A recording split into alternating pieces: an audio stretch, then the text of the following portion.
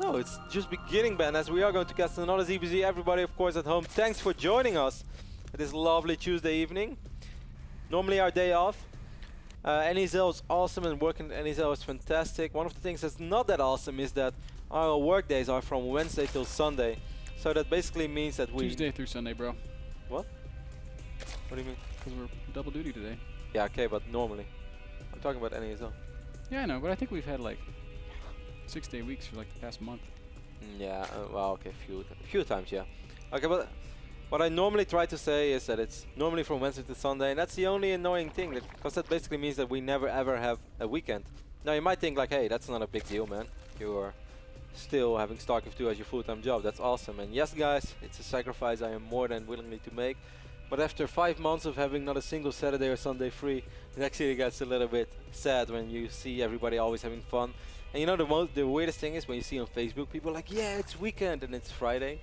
And I was like, man, I don't even know how a Friday night feels anymore. Yeah, I do sometimes miss that, certainly when we were in Germany. Yeah, like in Germany it was super relaxed. Friday nights.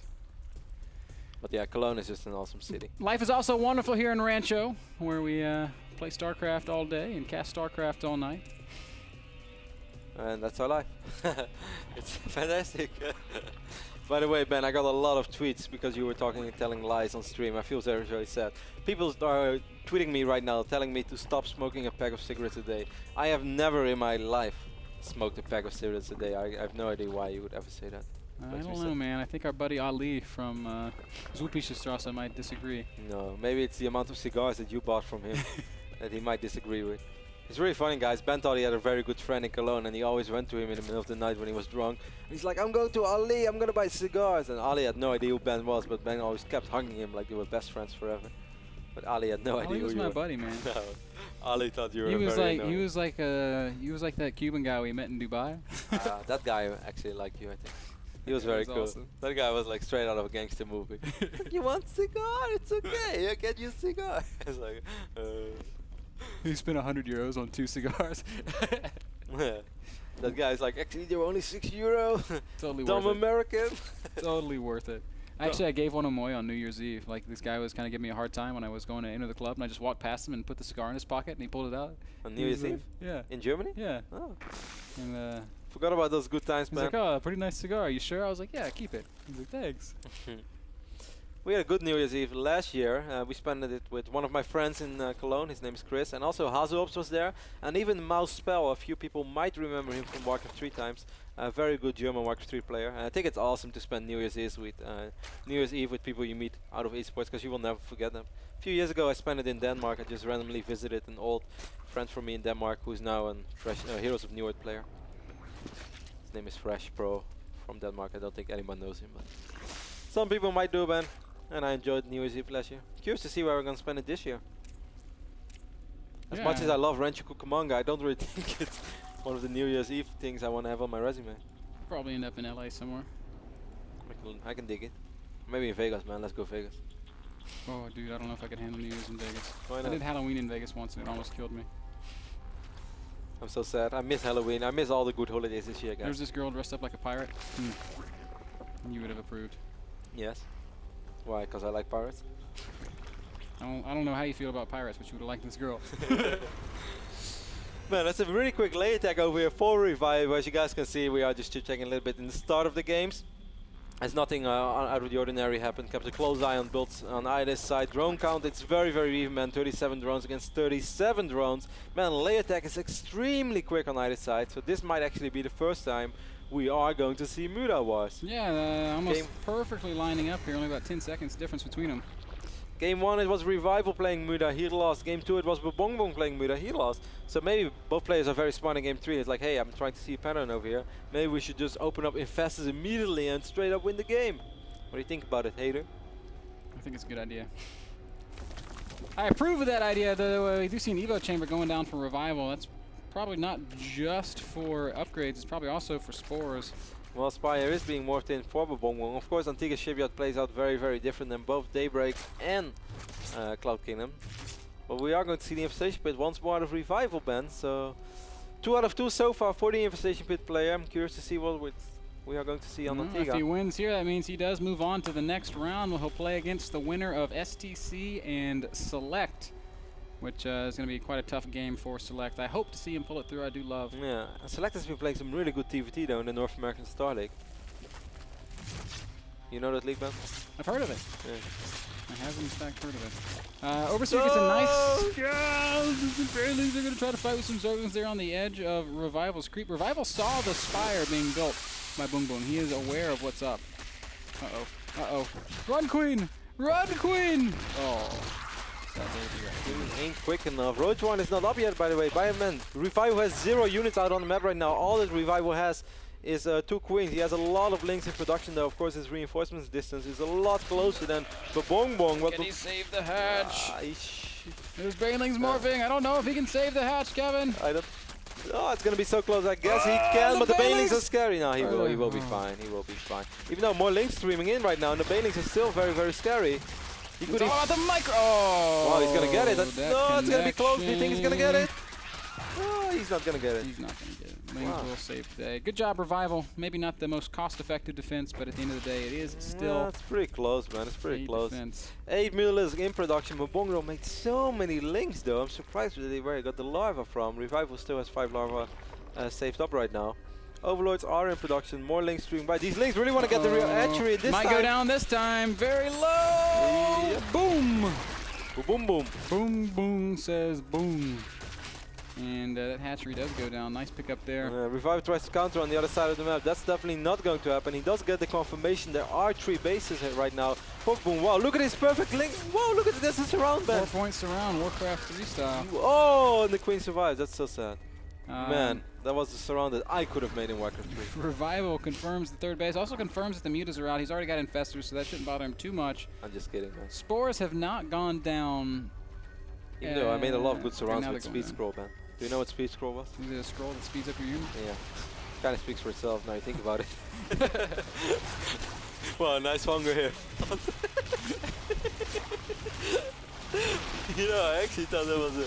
You know, I thought it might be possible that you did not know what that was, but now that I think about it, it kind of makes sense that you did. Yeah, it does happen. What was the scroll or the item that gave stupid lightning damage? Lightning shield. Lightning shield. Yeah, that's an awesome item. Lightning shield. Players have won a lot of lightning shield throughout their Warcraft 3 careers, which they did not deserve. That's something that Sasa would tweet. Now then again, Sasa was a Night Elf player, so he didn't have to worry about lightning shield. But yeah, that was a pretty silly item. A lot of links streaming through, but there were banelings over here. Everything just blows off. These infestors will all stay alive. The Mutalisks are so clumped up right now, Ben. Gotta be so careful because the infestors are coming. They're gonna try to pick off as many overlords as they can. Oh, not worth it. Well, actually, there's barely any fungal left. Yeah, now he's gonna fungal on top of the spore crawler, but still a couple of infestors solo on HP, man. And one more is going to fall. This was really not all that bad. Well, these Mutas are still alive. Fungal, hero, infestor. Not getting it, man. Pacifist infestor. Well, during all this, Bboong went up to 75 drones. Now 22 roaches are in production, Ben. I am a Revival fan, but this is looking really dicey. I just don't see any other way to describe the situation than dicey. Yeah, I'm really impressed at Bboong's ability to create advantages for himself, even with those mutas, that little muta flying by. I felt like it wasn't worth it, but if we look at the sort of overarching state of the game, it looks like he came out well ahead and all that. Yeah, mostly because he was on 3 bases much quicker than Revival, so he had more larva, and after all he made more drones during all that. Had perfect micro during all those attacks.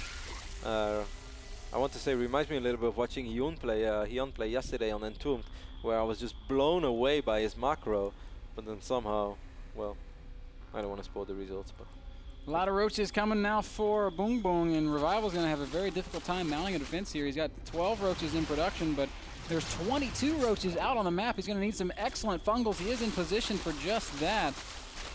Whoa. There's so many roaches though, man. 25 roaches against 9 roaches.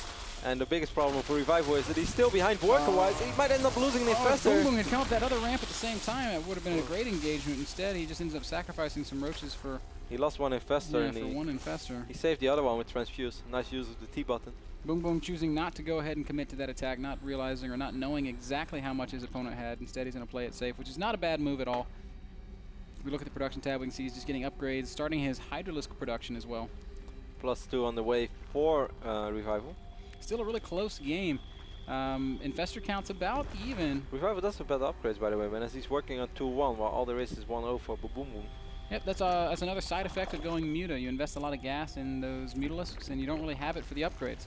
So it's one of the things you're going to give up in exchange for map control and hopefully for doing some good damage. I think Bboong did some okay damage, but will it ultimately be enough? He still has quite a bank as well, and that's the biggest thing. He has quite a bit of money. He's already investing in a 4th base. That's going well for him. Revival is getting a little bit eager right now. He's walking across. He doesn't have +2 yet. He doesn't have infestors. Oh, well, big he has fungal infestors, lands immediately on a huge clump of roaches, and these guys not all going to die, but they are all going to die. Fantastic reapplication of fungal growth there by really well done by Bboong. Bboong, of course, but very silly by Revival. I don't really understand why he did that. He had no vision of that area, though. He could land a sick fungal right now. That's exactly what he does. Wow, huge fungal goes down for both players, but Bboong has such a big supply advantage. He's maxed out right now against 170 supply of Revival. Some of that is, of course, in reinforcements, but it might not matter. +2 is almost ready, Ben, and 2-1 against 1-0. That should really make a difference. So many units so low on HP. Why don't you use Burrow? This is something, man, that I often don't get. I see people walking around. Okay, there we go. He's using Burrow right now. Just makes no sense. Roaches, man, they're like a walking health fountain. Do you know what a health fountain is, man? Let me take a guess. I want to make a stupid guess, but I'm just gonna say, is it something that heals your units, Kev? Yeah. Maybe a fountain. Just spawn on the right one. Oh, this is probably a better engagement for Revival. His +2 is ready, Ben. 2-1 against 1-0. Is it ever going to happen? So many units for Bboong, though. It looks like it's pretty close. Great concaves on both sides. Infestors dropping fungal everywhere. Actually, Revival might have better numbers. The upgrades perhaps paying off here, and he will crush through Bboong. Fantastic fight for Revival somehow, some way. Look at the bank, though. The only problem is Bboong doesn't have any larva, Ben. As long as he's able to spend his money, he can still win this game. But right now, macro hatcheries maybe slipping on his injects. Bboong's in trouble. He's going to lose at least one base here. He should definitely not try to save this base. He should just try to buy time for himself so he can spend his money. He has even a little bit of gas, and he has so many minerals. All that he needs is time. Going to try and catch some of these reinforcing units. And will succeed in doing so, but the upgrades of Revival are just fantastic right now. Bboong needs reinforcements. He needs larva to pop off. Finally it does. He needs to reapply those injects immediately. He's losing Overlords. That's a little bit dicey as well. Bboong. He was in such a great position, Kevin, and I feel like maybe, just maybe, he let it all slip away. Wow. This comes down to upgrades. To upgrades and poorly managing your larva. Yep, a little bit over-eager, perhaps thinking he was further ahead than he actually was. Upgrades making a difference here, despite a fungal missing. Revival is steaming through right now. So many roaches popping out, though, for Bboong, but it's a little too late. It is, it's not going to happen. Revival with too strong of a position. Drone's going to come off the line. That's not even going to matter. They're just going to melt to roaches, hydras, infested Terrans, and more. As reinforcements continue to stream in. Revival nearly doubling Bboong's supply right now. Tough break for Bboong. This is a very winnable game. But at the end of the day, Revival... It was more than a winnable game. It was so far ahead, and he played fantastic early to early mid-game. But at the end of the day, Revival is going to be the player who's going to advance to the semi-final and will either play against Select or the SCC. Well, Ben, you know, I'm kind of happy. As I said, I'm a Revival fan. And I'm really happy to see him do so well. And I was actually kind of thinking, why am I a Revival fan? And I came to the conclusion that I might be a little bit of a glory hunter. Like when one guy really wins a lot, I'm starting to like him really a lot. And then fair weather fan, Kev. A fair weather fan?